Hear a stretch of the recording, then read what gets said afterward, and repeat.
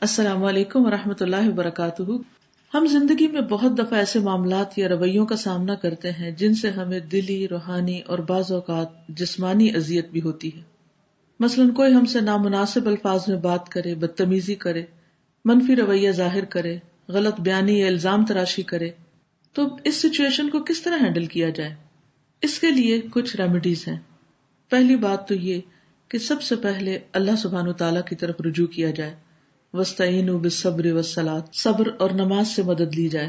دوسرے کو جواب دینے سے پہلے اپنی غلطی کو بھی دیکھا جائے کہ ایسی سچویشن پیش کیوں آئی۔ جہاں دوسرے کی اصلاح کی ضرورت ہو تو عمدہ طریقے سے سمجھایا جائے، کیونکہ ادفع باللتی ہی احسن فاذا الذی بینک وبینہ عداوۃ کأنہ ولی حمیم۔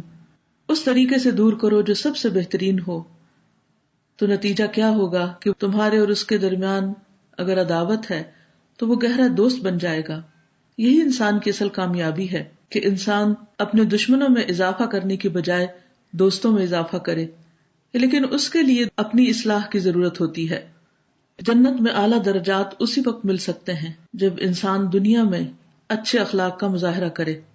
ہم سب انسان ہیں، غلطی کرتے ہیں، لیکن اللہ کو وہ لوگ بہت پیارے ہیں جو اللہ سے معافی مانگیں، بندوں سے معافی مانگ لیں، کیونکہ اللہ کا وعدہ ہے جو اللہ کے لیے تواضع اختیار کرے گا اللہ اس کو بلندی عطا فرمائے گا۔ بہت سے لوگ یہ کہتے ہیں کہ آخر کب تک صبر کریں؟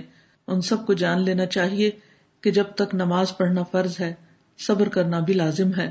اللہ تعالی ہماری مدد فرمائے۔ السلام علیکم ورحمۃ اللہ وبرکاتہ۔